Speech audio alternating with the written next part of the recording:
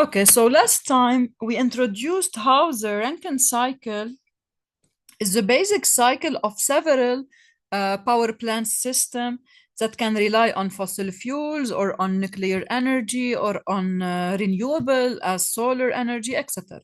So this is why it's very important to understand the performance of the cycle and to see how we can enhance its energy efficiency by introducing several strategies that help us into increasing the efficiency of the system. So first, let us remember together some basics on how to calculate the efficiency, how to calculate if you want the output, the power, etc. In this problem, we have steam is the working fluid of an ideal Rankine cycle. Saturated vapor will enter the turbine at 8 megapascal. So it's very important first to determine the properties at different points. Okay? So to start with, they considered that the first point of the cycle is at the inlet of the turbine, and they gave us the condition at this point. They said that it's saturated vapor. Whenever we talk about the ideal Rankine cycle, we consider that we just reached the saturated vapor point. But actually, we'll see that this cycle presents several disadvantages on the practical level. Because you know that in the turbine you will have adiabatic expansion, and then S is constant. If you consider isentropic process, S is constant. So if you have this point as saturated vapor, when you do the expansion, the isentropic expansion, you will have point 2 inside the dome. Okay, and we said that inside the dome we have a mixture of liquid plus vapor. So we have combination here of liquid plus vapor. Okay.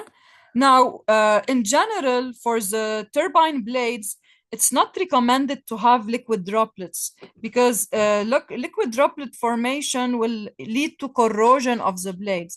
And with time, these blades will not function properly. That's why we recommend to, as much as possible, to increase the quality of the steam. What we mean by quality X is the percentage of vapor relative to liquid. So we define quality X, as the mass of vapor over the total mass of the mixture. So over mass of vapor plus mass of liquid. So higher the quality over the total mass, higher the quality, higher will be the percentage of vapor in the mixture, and the better is for our turbine. Okay, so that's why we'll see in the next problem what strategies can be done in order to avoid having a relatively low quality at the exit of the turbine. So saturated vapor at 8 megapascal and saturated liquid exits the condenser at a pressure of 0.008 megapascal. In the basic Rankine cycle, we operate between two pressures: the high pressure at the inlet of the turbine and the low pressure at the exit of the turbine. So in the turbine, you will have a decrease of pressure. And then you have the two pressures given here, the limiting pressure. This is the high one at inlet of turbine, and this is the pressure at exit of the turbine. Now, in this problem, they also gave us the net power output. When we talk about the net power output, it's the difference between the produced power, which is W dot at the turbine level, minus, you know that to operate your cycle, you need to provide a power to the pump. So we consider that this part is lost from, if you want, from the produced work. So the net power will be W dot turbine minus W dot pump. And the net power is given to be 100 megawatt. Now, We want, just knowing this information is enough for us to define all other properties that they will ask us for. Okay, first they want us to find the thermal efficiency of the cycle. So always we go back to the basics, okay, to the definitions. The thermal efficiency of this thermodynamic cycle is equal to the useful output, and here the useful output is the net power, okay, W dot net, which is given here. So it's W dot net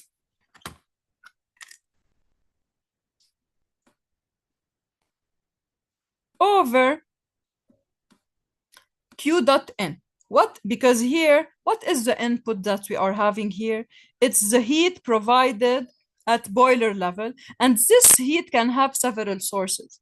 So here we can talk about solar power, or we can talk about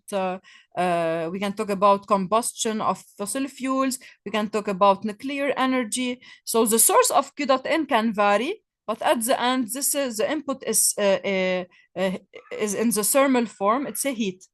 It's a heat rate. Okay. Now W dot net is already known, so we can just replace it directly. It's 100 megawatts.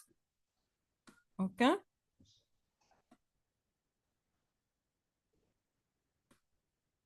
But we don't know what is the value of Q dot N. Okay. So we have two approach, or we try to get Q dot N. Okay, but please pay attention. In general, to know Q dot N, you need the mass flow rate, and the mass flow rate of the Q dot N is calculated as m dot, because we have seen last time we do the energy balance, okay, for the boiler, for the fluid, for our fluid passing through the boiler. Okay, as the fluid pass through the boiler, it will gain energy in heat form. And neglecting variation in kinetic and potential energy, as we discussed last time, we can say that Q dot N is m dot times enthalpy at the exit of the boiler, H1, minus enthalpy at the inlet of the boiler, H4. Okay? Now, of course, we can get all enthalpies from thermodynamic tables. We'll discuss this now, but we don't know what is m dot. Okay, and if you read the questions, they will ask you after to calculate the mass flow rate of the steam in kilogram per hour. So please try to read the questions first before trying to answer. If you read the questions, you will see that we'll not be able to use this formula now. We'll need it after to calculate m dot. So we need to use an alternative formulation. Okay, you know that we can say that Q dot N is m dot H1 minus H4. And to calculate W dot net, okay, we can divide it, as we said, into W dot turbine minus W dot pump. And we can take m dot N factor, because if we do the energy balance for the turbine, considering the turbine, from energy balance to the turbine, we say that W dot turbine is equal to m dot times H1 minus H2.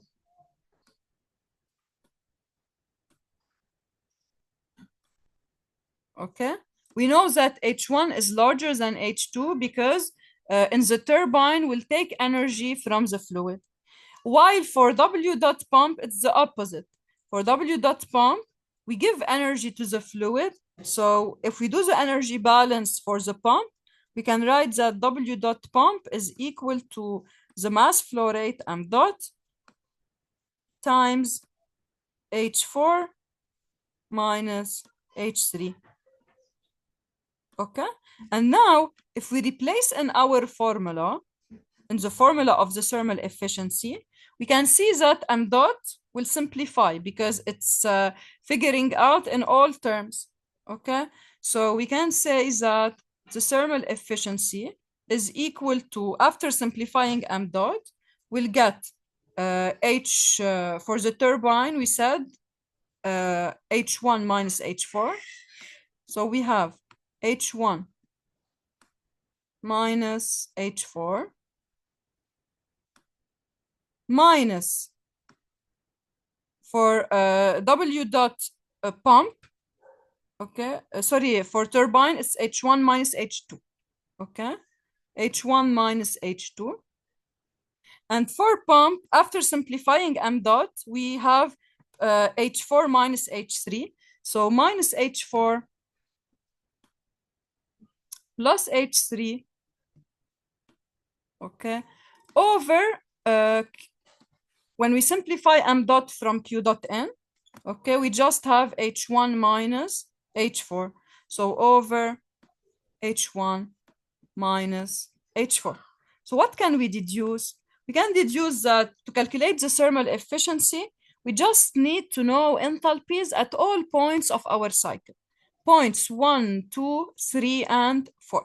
Okay, and from here the importance of using the thermodynamic tables. Already we have introduced in the videos how to use these tables. Just a small remark, please pay attention. Sometimes I am trying to give you problems from different books. Different books will use different thermodynamic tables. And what will vary between these tables is the reference that they consider. So you might find in some books values of H different than the values of your tables. But when you calculate delta H between 2 points, it will be the same. Okay, so if you are trying to solve these problems using the tables that you have, it's not a problem if you have different values of H. The important is that delta H is the same. Okay, so you can use your tables or you can use the tables in any thermodynamic book. At the end, the efficiency will be the same. What will vary only is the value of enthalpy at the point. Okay, so here, the next step will be to get enthalpies at different points of the cycle. To start with, let us start with point 1.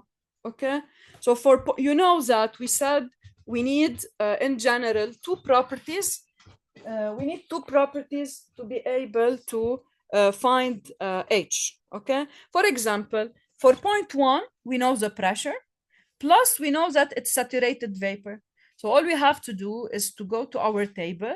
For a pressure of 8 megapascal, we read for this pressure what is Hg. Okay, so point 1 in our cycle. So for point 1, we just have to select Hg, which is the enthalpy at a saturated vapor state at a pressure of 8 megapascal. Okay, so this is for point 1. Point 1 is really very simple. Okay, now, but you know that for point 1 you will need another property because you need it for to find the if you want the property of point 2. Why? Because what is common between 1 and 2 is the entropy S. Okay, since in the turbine we have an isentropic process. So you can say, since I have an isentropic process in the turbine, I can say that S1 is equal to S2. And this is the property that I will base on to find H2. Okay, because now what do you know about point 2? You have now two properties about point 2. You know the pressure and you know the entropy. Okay, so, and this will help you to get what? To get the quality of your steam at point 2. Okay, you know that the quality X at any point is defined as following. So we know that X, okay, is equal to S2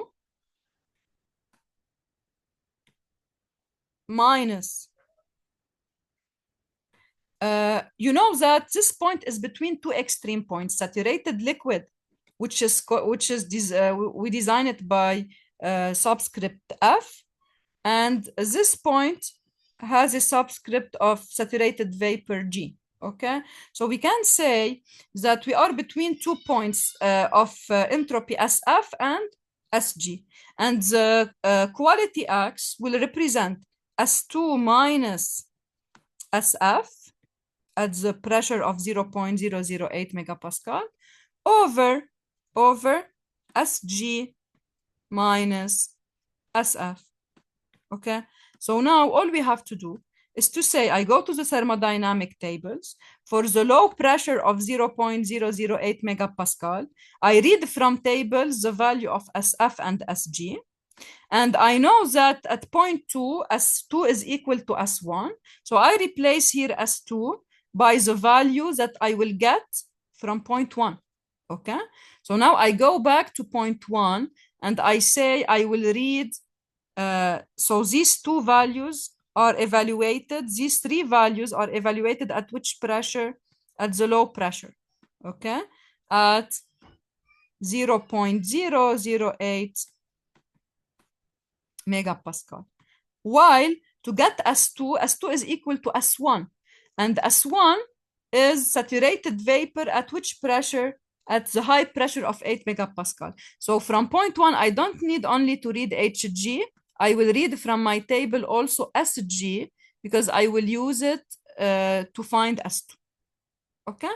And now, once I have the quality X, I say by definition, okay, X for me can be written also as H2 minus HF over Hg minus HF. And of course here, I am working at the low pressure, okay? So I read from my table HF and Hg. I read them at the low pressure. At the low pressure of 0.008 megapascal, okay? And now, since I determined the quality from the previous step, from X2 from the entropy S, once I find X, I use it in this formula to calculate now the value of H2. Okay. Sometimes in some thermodynamic tables, they give you directly the difference between Hg and HF. They call it HFG. Okay. So you can directly use the difference, which is HFG. So you can say that H2 is X times HFG plus HF. Okay. And then you determined your property at point 2. Okay. Now, to continue, they said that at the exit of the condenser, and please, even if they don't mention this for you in the problem, always for the exit of condenser, consider saturated liquid. So sometimes they don't mention this, they take it for granted. Okay. So whenever you have a Rankine cycle, consider that at the exit of the condenser, you have a saturated liquid state. So for point 3 also, it's like 1. It's very simple to determine it. For point 3, okay, you can say that it's saturated liquid at which pressure? At 0.008 megapascal. So all I have to do is to read HF at 0.008 megapascal. This will give me the enthalpy at point 3. We still have the final enthalpy H4, okay? And here, please, this is, you should note this because sometimes students forget to use this method. Point 4 is a little bit more challenging. It is in the saturated, it's in the liquid zone, okay? We call it subcooled region, okay? So you have tables for compressed liquid zone. We call it compressed liquid zone, but sometimes some values you don't find them. The tables, you cannot find all values in the compressed liquid tables. That's why we have another approach to calculate H4. To calculate H4, we base our analysis on the following. We say that in general, for liquids in pumps, okay, the specific volume small v is the opposite of the density. It's 1 over rho, okay? So the unit is in a meter cube per kilogram. Okay, so we say that for liquid state, for a liquid that is going through a pump, we can consider that the liquid to behave as incompressible fluid. So the specific volume will not change. Okay, so we say that in the pump process between points 3 and 4, we can consider that the specific volume is the same. Okay, so because of this, we can say that specific volume at point 3 is equal to specific volume at point 4. Okay, and why we need the specific volume? Because we can say that the pump work can be calculated not only by doing the enthalpy difference. And one procedure is to say that W dot pump over M dot is equal to the difference between H4 and H3. It's true, but also W dot pump can be calculated as V delta P. Okay, because we consider, that the work is equal in our pump can be written as integral of specific volume times dp, variation in pressure. Okay, but since it's incompressible, we can take v outside of the integration, and we can say that W dot pump over M dot can be computed by doing the specific volume times the variation in pressure, delta P, which is P high minus P low. And this formula will allow you to calculate your H4. So please keep it in mind. If you know the enthalpy at the inlet of the pump, it's equal to HF at low pressure. Okay, you get it from saturated liquid point.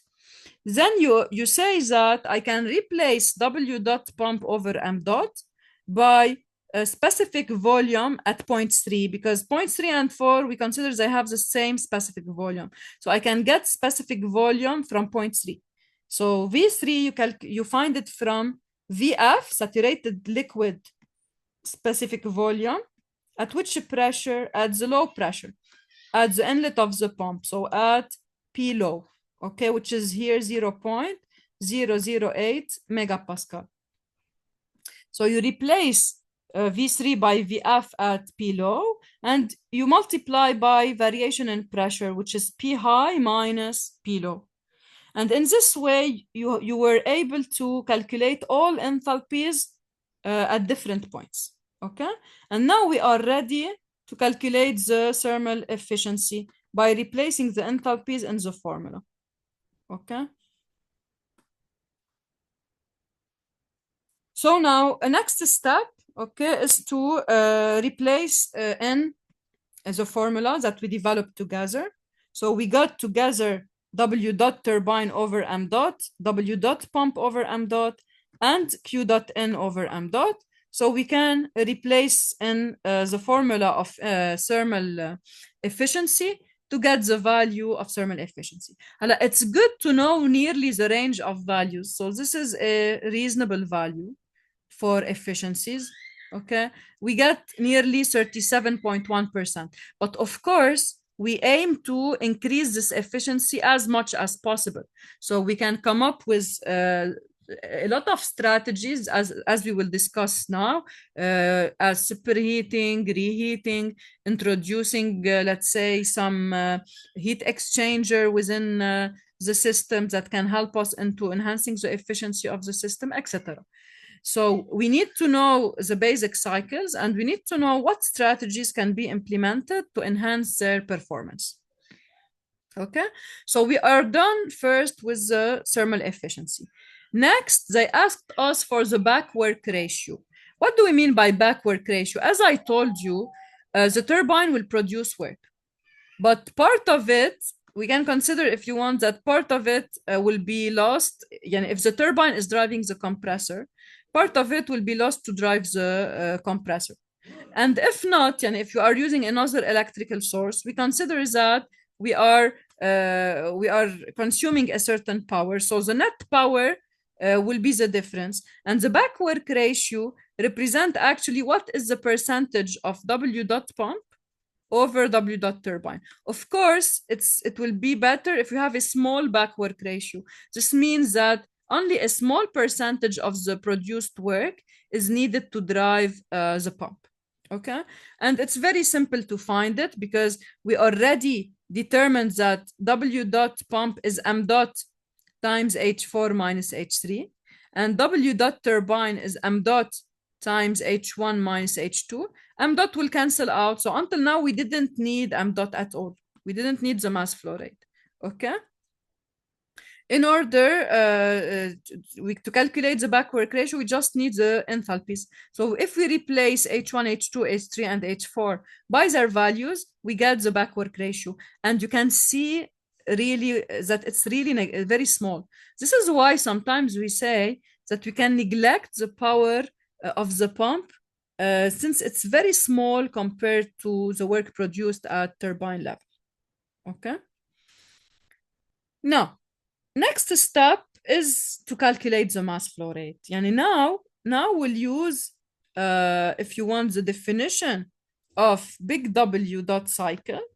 So we said that W dot of the cycle is the summation of W dot turbine and W dot minus W dot pump. Okay, so it's equal to the mass flow rate M dot times H1 minus H2. This is for the turbine. Now minus for the pump. So minus H4 and plus H3. Okay. And here they gave us in the problem, in the given, they gave us the net output, which is 100 megawatt. Okay. So this is 100 megawatt. And we have all enthalpies from previous calculation. So we can find the mass flow rate. Now, please just pay attention for units. Okay. Please, you should consider a conversion of units because all enthalpies that you get from tables are in kilojoule per kilogram. So if you have the enthalpies in kilojoule per kilogram, okay, if you want to calculate your mass flow rate in kilogram per second, so let us say you want to find m dot in kilogram per second. So to calculate m dot in kilogram per second, the result will be, the result of W dot will be in kilojoule per second, so in kilowatt, okay? That's why you cannot use 100 as it is. You should multiply by 10 to the power 3. So W dot is 10 to the power 5 kilowatt. And now, if you use this value, you will obtain m dot in kilogram per second. But since here they asked you to find the mass flow rate in kilogram per hour, so you say, we know that 1 hour correspond to 3,600 seconds. Okay, so to convert from kilogram per second to kilogram per hour, the value that we obtain in kilogram per second, we should multiply it. So this value should be multiplied by 3,600 in order to get the mass flow rate in kilogram per hour. Okay, so in this way we get the value of the mass flow rate. Now they want us to calculate the heat input, the heat rate input at the boiler. So now it's really simple because we have everything. We said that Q dot N can be written as M dot times H1 minus H4. Now we have M dot, we have all enthalpies, so we can calculate Q dot N. And finally, they asked us to find the heat lost at condenser level. Okay, and here we have several methods to find Q dot out. First method, you can just say, if I take an energy balance for the condenser, okay, if I just take an energy balance for the condenser, I can find that Q dot out, which is the heat lost, is equal to M dot times H2 minus H1, okay? So it's M dot times H2 minus H1. Can you give me another method to find Q dot out?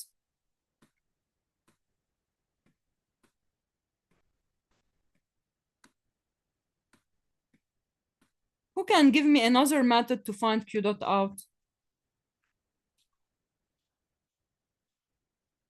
If I ask you to find the heat lost by the condenser using two different methods, one possibility is to take the energy balance for the condenser. Very good. As Mustafa said, so another method is to consider the whole cycle. So if you apply the energy balance for the whole cycle, you can say that sum of Q dot is equal to sum of W dot. So this is a second approach. You can say sum of Q dot equals to sum of W dot. Okay. So you have Q dot N. For sum of Q dot, you have Q dot N minus Q dot out. So at the boiler, you are supplying heat. Okay. At the condenser, you are losing heat. So Q dot N minus Q dot out is equal to the net work produced to W dot net. W dot net is already given. Okay. And we just calculated together Q dot N. So we can find, using this energy balance for the whole cycle, we can find Q dot out. So to verify your calculation, you can compare the two methods. Okay, they should give you the same result. Okay.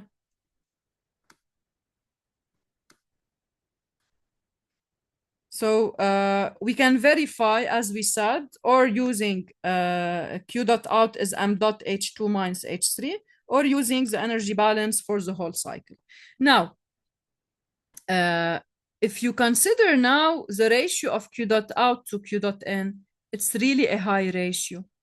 So you have 62.9% of heat that is rejected at the condenser level. And that's why it is one of the most used techniques, and we tried a lot to improve these techniques, is to try to benefit from heat lost at condenser. This is what we call heat recovery. So in the heat recovery process, we try to benefit from the lost energy at the condenser level to produce any useful, if you want, output. For example, we can pass, let's say, we can put a heat exchanger at the condenser level. In this heat exchanger, we can pass a fluid that will be heated by Q dot out, and that can be used, for example, for domestic hot water needs, for heating applications. Let's say if you have, you can cool, for example, you can put ducts under floor and circulate hot water to have to heat your rooms, to heat your house. You can use a heat exchanger with water that is supplied for shower or for any domestic needs. You can consider, for example, that Q dot out, okay, can be a heat input to another cycle. So we can put cycles, if you want, we can connect cycles. We'll see this in the course material. So we can consider that the condenser of one cycle will play the role of boiler for another cycle. So idea is the following. So you have your condenser, okay? In the condenser, you have two fluids that will exchange heat. One fluid, okay, will be passing by the low pressure P low of cycle one. You can deal with two thermodynamic cycles. In this case, okay, you will have three pressures. You will have three pressures. We call them P high, P intermediate, and P low, okay? So you have your first cycle, if you want. Your first cycle will operate between these two extreme pressures, between high pressure and intermediate pressure. And then at this level, you will have the low pressure of the first cycle. So P low of the first cycle is P intermediate, if you want. Okay. And P low of the first cycle will represent the high pressure of the second cycle. So P low of cycle 1 is equal to P high of cycle 2 is equal to the intermediate pressure, because in the condenser, we can have the exchange at constant pressure. Okay, so what will happen here, you will have loss of heat from this level, okay, from this fluid, and gain of heat to the second fluid. And then your second fluid can be considered as, if you want, as the fluid at the level of an evaporator. Yani this heat exchanger will constitute the condenser for fluid of the upper cycle and will constitute the boiler for the fluid of the lower cycle. Because at this level, okay, you will have Q dot out from the upper cycle and you will have Q dot in for your second cycle. And in this way, you can benefit a lot from the rejected heat. It will be used to drive another cycle. So instead of needing an extra source to drive a new cycle, you can profit from the high value of Q dot out to drive a cycle that is working at lower pressure conditions. Okay? We'll see this in detail after as one possible strategy to enhance the performance of our systems. So by combining several cycles together, you can enhance the overall efficiency. And if you calculate the overall efficiency of this combined cycle, it will be much larger than calculating the efficiency of each cycle separately. Okay? Now, this is for, as we discussed, okay? So this is for how we can benefit from Q dot out.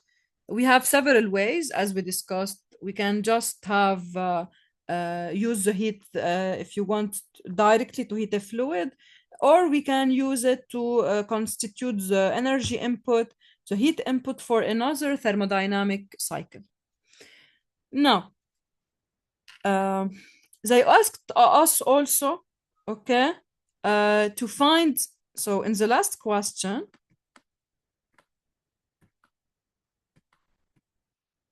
okay, they said, if we want to benefit from the heat output of the condenser, okay, we need to use a heat exchanger anyway to determine the mass flow rate of the condenser cooling water in kilogram per hour if cooling water enters condenser at 35 degrees. So here they